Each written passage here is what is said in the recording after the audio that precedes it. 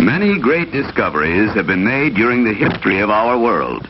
And one of the greatest was made in 1492, when Christopher Columbus sailed across the unexplored vastness of the Atlantic Ocean and discovered America. But do we know what happened then, and why? Why was America discovered at this particular moment in history? Why were so many voyages of discovery made at this time? Why hadn't they been made before? What was happening in the civilized world to make this moment the great age of discovery and exploration?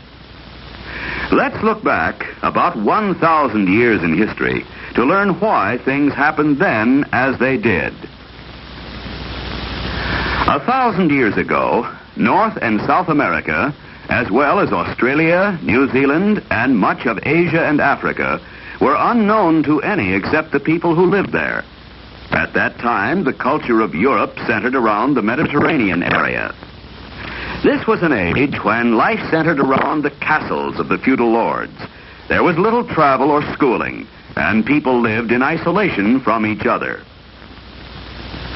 It took the great religious pilgrimages, the Crusades between 1096 and 1270, to set Europe stirring. Thousands of men from Europe went east in attempts to rescue the Holy Land from the Turks.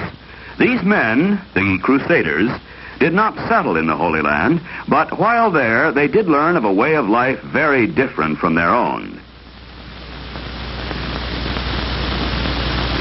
When the Crusaders returned to Europe from the east, they brought back with them not only new ideas and new cultures, that attracted people.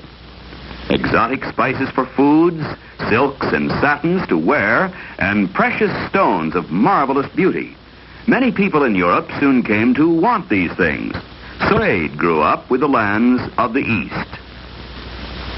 The Mediterranean Sea became an important part of the trade route that grew between Europe and the East. The seaports of Venice and Genoa soon became wealthy cities. They had almost a monopoly on the sea travel to the east and on the ports through which trade passed back into all parts of Europe. At the eastern end of the Mediterranean, Constantinople became vitally important to this trade. Here, and at other Mediterranean ports, land caravans from China, India, and Persia met the ships from Venice and Genoa. The trading cities of the Mediterranean grew richer and busier. Beautiful buildings lined the streets of these trading cities. And now began the period in history that we call the Renaissance, meaning the rebirth of interest in culture and learning. People took a renewed interest in the writings of the ancient Greeks and Romans.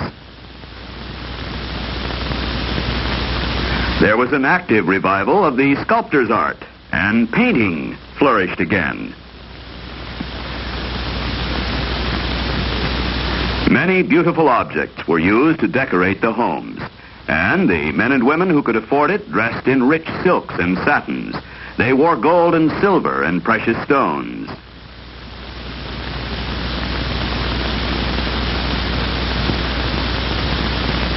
Because canning and refrigeration were unknown then, food was heavily spiced to help preserve it and to disguise its taste and odor. Even the most common foods, when enriched by exotic spices from the East, became more palatable and more attractive to the eye and to the taste.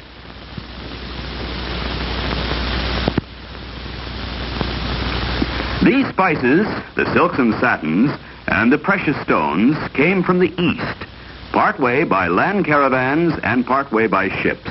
The harbors of these trading cities were colorful places bustling with activity. The merchant princes who ruled these trading cities were powerful men, but their power, like the wealth of their cities, rested chiefly on the ships that brought back the goods from the East. As their power grew, other cities came to resent the Italian monopoly and the high prices it helped to create. The situation grew worse when the Ottoman Turks overran the Near East in the 15th century. The Turks attacked Constantinople several times, and it finally fell to them in 1453. The Turks well knew the great value that Europe placed on its trade with the East, so they levied high tolls on those who traveled the land they now held.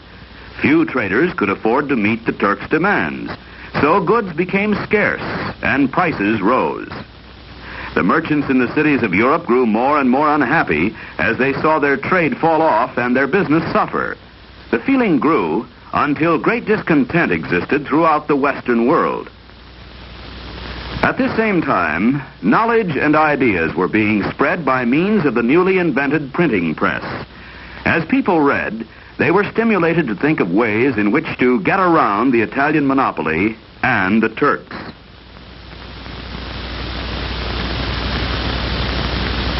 Some began to wonder whether they could sail out into the Atlantic and then around Africa in order to reach the East by sea.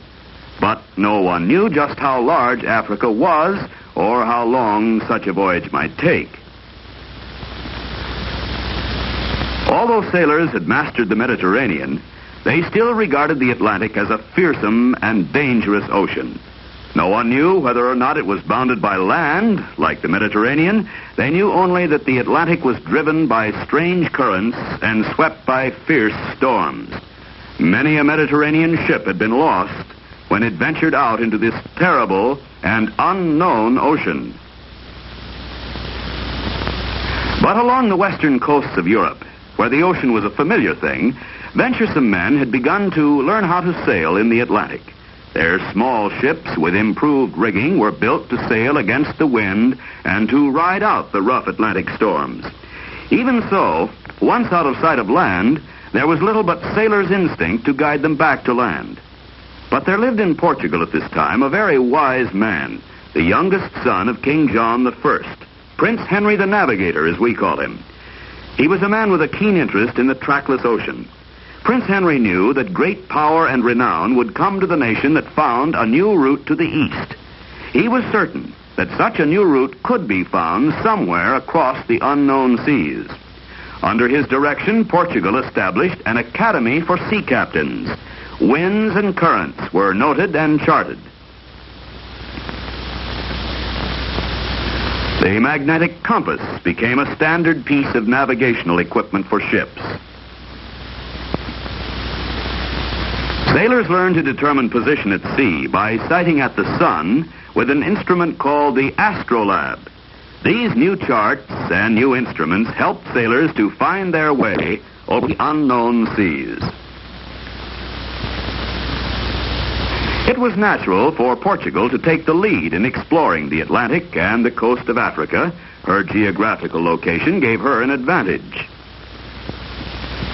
Under Henry's guidance, Portugal sent out many expeditions. Madeira and the Azores were discovered. Other expeditions explored the coast of Africa. In 1455, one expedition reached the Gulf of Guinea. Some people thought that the tip of Africa had been reached and that India was not far away.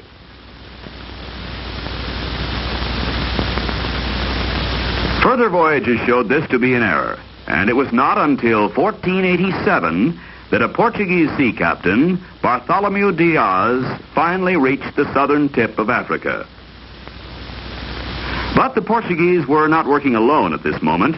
Before Diaz or anyone else ventured farther, events in Spain caused history to take a different turn. The Moors from Africa had conquered most of Spain. For many years, the Spanish people had waged a bitter war of liberation against the domination of their Moorish conquerors. It was a bitter, bloody war. Battle followed battle, and Spain slowly recaptured its territory. Finally, in 1492, the last great Moorish stronghold of Granada fell to Spanish armies. Spain was free again. With the Moors defeated, Spain was at last united under Ferdinand and Isabella to become an exuberant and energetic nation.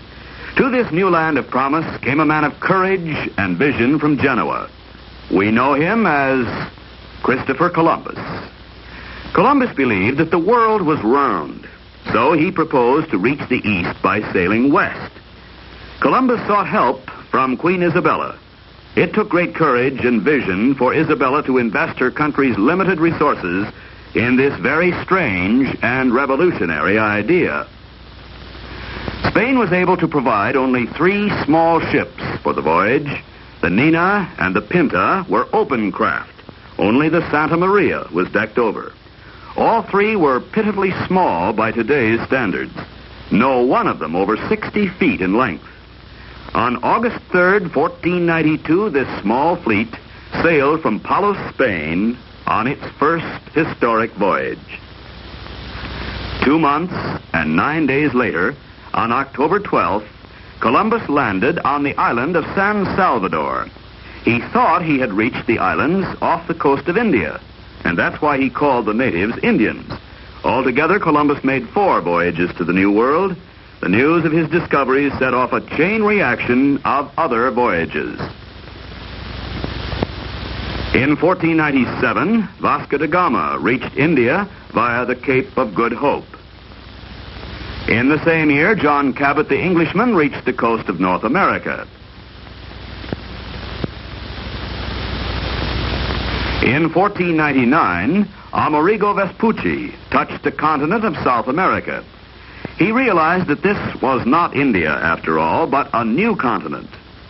It is one of the ironies of fate that this land came to be called after him because he wrote about it rather than after Columbus, who first reached it.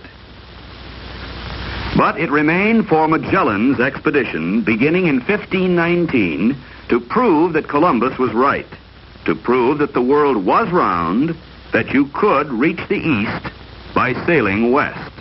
Voyage followed voyage, discovery followed discovery, until we today look upon this brief but vital period of history truly as the age of discovery. But why was this the age of discovery? Why didn't it occur earlier? Why not later? Because of 3 major conditions. 3 major conditions that had to be present at the same time. First, Eastern trade had become so important to Europe at this particular moment that there was deep and great discontent with the Italian monopoly and the high prices it created. Discontent created needs, and these needs stimulated men to find new trade routes to the east. But new trade routes meant sailing into the unknown Atlantic, and this called for better ships and better navigational instruments than men had at that time.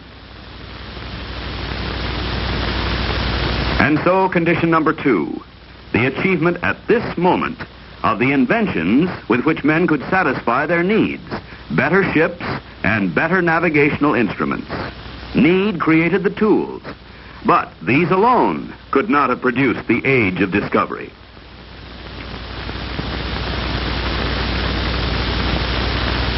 Needs and instruments were not enough. A third condition had to be present simultaneously with the other 2.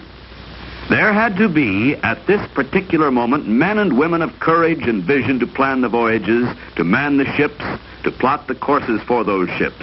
All 3 conditions, the driving need, the tools to work with, and the vision, all 3 came into existence at the same moment in history to make possible the age of discovery. An age that is typified by Christopher Columbus and those who sailed before and after him. An age that is repeated over and over again in man's history when these 3 conditions are present at the same moment. For man continues to search for new frontiers in space, in science, in human relations.